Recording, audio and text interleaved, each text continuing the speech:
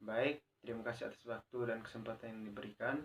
Saya Jason Kesu, selaku moderator dari kelompok 4, akan mempresentasikan hasil kerja kelompok kami tentang pusat laba. Untuk materi pertama, saya persilakan kawan saya Asri untuk menjelaskan. Yang pertama, pengertian deverifikasi, desentralisasi, dan divisionalisasi. Deverifikasi adalah salah satu alternatif strategi yang mungkin diterapkan oleh suatu perusahaan dengan cara mendeverifikasikan kegiatan bisnisnya yang sudah ada melalui keluarga produk atau segmen produk. Deverifikasi yang dilakukan oleh perusahaan dapat digolongkan menjadi dua, yakni deverifikasi horizontal dan deverifikasi vertikal. Yang dimana deverifikasi horizontal adalah deverifikasi yang dilakukan oleh perusahaan dengan dua cara, yakni cara pertama, diverifikasi dalam industri yang berbeda dan menghasilkan produk yang berbeda pula. Dan cara yang kedua, diverifikasi dalam industri tunggal yang menghasilkan beberapa kelompok produk. Selanjutnya, pengertian desentralisasi. Desentralisasi adalah pendelegasian wewenang pembuatan keputusan oleh manajer yang lebih tinggi kepada tingkat manajer yang lebih rendah. Selanjutnya, pengertian divisionalisasi. Divisionalisasi adalah pembentukan divisi-divisi, pusat laba atau unit-unit bisnis yang manajernya diberi tanggung jawab terhadap fungsi produksi atau pengadaan dan fungsi pemasaran, sekaligus sehingga manajer tersebut dapat bertanggung jawab terhadap laba divisinya. Yang kedua, tujuan penilaian kinerja divisi. Secara umum, tujuan penilaian kinerja divisi dalam suatu organisasi adalah sebagai berikut. Yang pertama, untuk menentukan besarnya kontribusi divisi di dalam pencapaian tujuan organisasi secara keseluruhan. Yang kedua, untuk menilai prestasi manajer divisi sesuai dengan wewenang dan tanggung jawab yang telah dibebankan kepadanya. Yang ketiga, untuk mengidentifikasikan penyebab selisih pelaksanaan dari rencana sesuai dengan ukuran prestasi manajer divisi yang telah ditentukan. Yang keempat, untuk membuat saran tindakan perbaikan atas situasi yang dilakukan di luar kendali. Yang kelima, untuk memotivasi para manajer divisi dalam meningkatkan prestasi. Dan yang keenam, untuk menentukan dasar perbandingan prestasi antar divisi di dalam suatu organisasi. Keunggulan divisionalisasi. Yang pertama, pembuatan keputusan dapat lebih cepat. Kedua, kualitas keputusan dapat ditingkatkan. Ketiga, moral, kepuasan, dan kebanggaan manajer divisi dapat ditingkatkan. 4. Manajer kantor pusat dapat dibebaskan dari pembuatan keputusan rutin. 5. Kesabaran laba dapat dipertinggi. 6.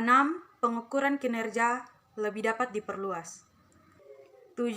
Manajer divisi lebih bebas menggunakan imajinasi dan inisiatifnya. 8. Divisi merupakan tempat yang cocok untuk latihan manajemen. Hal ini disebabkan karena yang pertama, divisi merupakan unit yang berdiri sendiri seperti perusahaan yang independen dalam skala kecil.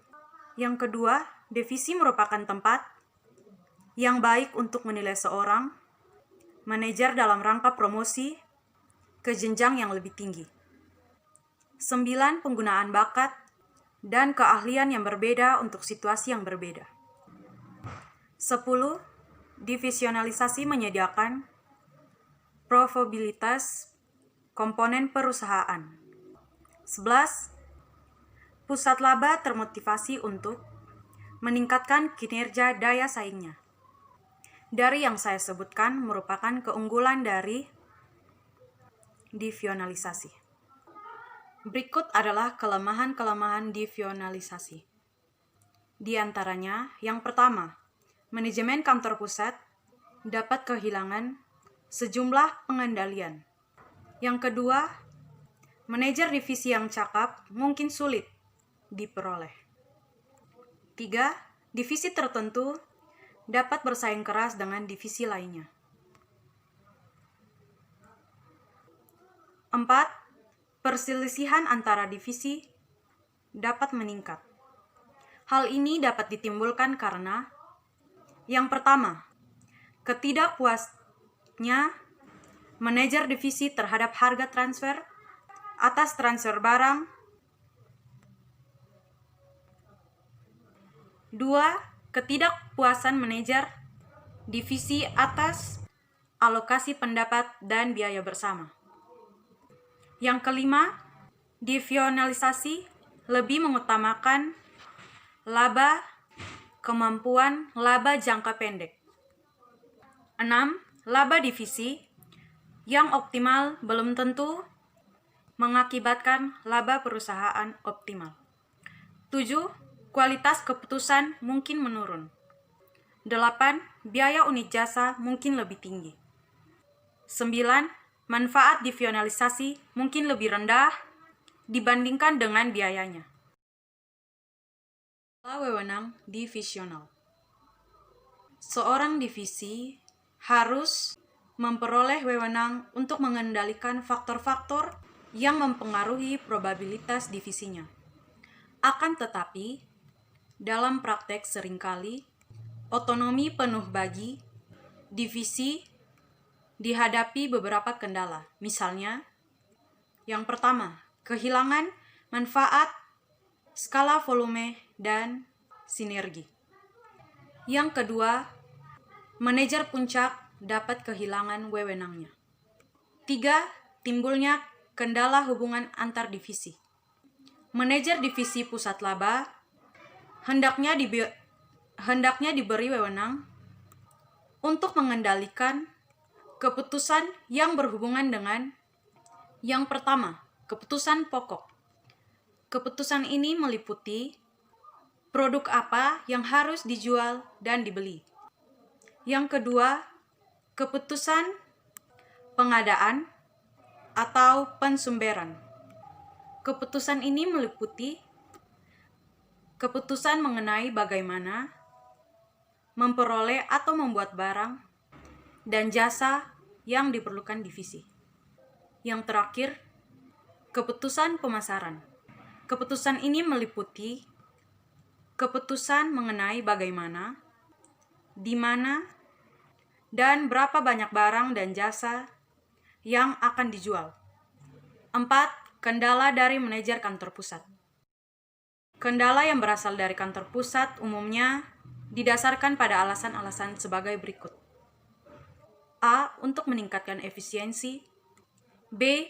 Untuk hendaknya diberi wewenang untuk mengendalikan keputusan yang berhubungan dengan yang pertama, keputusan pokok. Keputusan ini meliputi produk apa yang harus dijual dan dibeli. Yang kedua, keputusan pengadaan atau pensumberan. Keputusan ini meliputi keputusan mengenai bagaimana memperoleh atau membuat barang dan jasa yang diperlukan divisi. Yang terakhir, keputusan pemasaran. Keputusan ini meliputi keputusan mengenai bagaimana, di mana, dan berapa banyak barang dan jasa yang akan dijual. 4. Kendala dari manajer kantor pusat. Lidasikan tugas-tugas. C. Untuk memanfaatkan sumber-sumber. Kendala yang berasal dari manajemen kantor pusat dapat digolongkan menjadi yang pertama, kendala pertimbangan strategis. 3. Kendala karena kehematan sentralisasi. Selanjutnya saya akan menjelaskan tentang penggolongan divisionalisasi.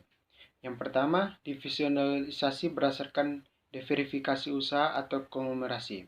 Di sini adalah pembagian divisi-divisi melalui lembaga jasa keuangan dalam perusahaan. Yang kedua, divisionalisasi berdasarkan industri tunggal yang menghasilkan beberapa jenis produk. Yang ketiga, divisionalisasi perusahaan besar yang terintegrasi. Pertimbangan divisionalisasi. Dalam melaksanakan divisionalisasi, suatu perusahaan diperlukan pertimbangan tertentu untuk menyelesaikan masalah-masalah yang timbul. Masalah-masalah tersebut antara lain yang pertama, masalah karyawan. Divisionalisasi memerlukan manajer dengan bakat dan keahlian untuk memperoleh laba sebagaimana manajer bisnis yang berdiri sendiri. Jika manajer yang memenuhi syarat tersebut belum ada, maka perusahaan harus memilih dan melatih karyawan yang sudah ada atau merekrut karyawan dari luar yang memenuhi syarat-syarat tersebut. Yang kedua, laba terkendalikan defisi. Laba terkendalikan defisi adalah sebesar pendapatan dikurangi beban biaya terkendalikan defisi. Laba digunakan untuk memilih kinerja divisi. Dan yang ketiga, laba langsung defisi. Laba langsung defisi adalah sebesar pendapatan dikurangi beban, keputusan, dan pengendalian jangka panjang defisi. Yang keempat, laba bersih defisi sebelum pajak. Laba bersih defisi adalah sebesar pendapatan dikurangi semua beban defisi. Ini digunakan untuk menilai kinerja ekonomi divisi dapat digolongkan menjadi dua, yaitu yang pertama, laba bersih divisi sebelum pajak, dan yang kedua, laba bersih divisi setelah pajak. Yang berikut adalah pengukuran laba divisi. Yang pertama, metode pengukuran kinerja pusat laba. Dalam pengukuran kemampuan laba divisi dapat diuraikan dua hal penting, yaitu yang pertama, pengukuran kinerja manajer, dan yang kedua, pengukuran kinerja ekonomi. Pengukuran kinerja manajer atau prestasi personel adalah pengukuran kinerja yang menekankan pada penilaian seberapa baik manajer suatu pusat bertanggungjawaban bekerja. Dan yang kedua adalah pengukuran kinerja ekonomi. Pengukuran pekerja ekonomi adalah menitik beratkan pada seberapa baik suatu pusat laba bekerja sebagai suatu kesatuan ekonomi yang cakap. Dan yang kedua adalah masalah-masalah pengukuran laba. Yang pertama, pendapatan bersama. Yang kedua, biaya bersama. Yang ketiga, harga transfer. Dan yang terakhir, konsep laba. Demikian hasil presentasi dari kelompok kami. Jika ada yang kurang jelas, waktu dan kesempatan kami persilakan untuk bertanya.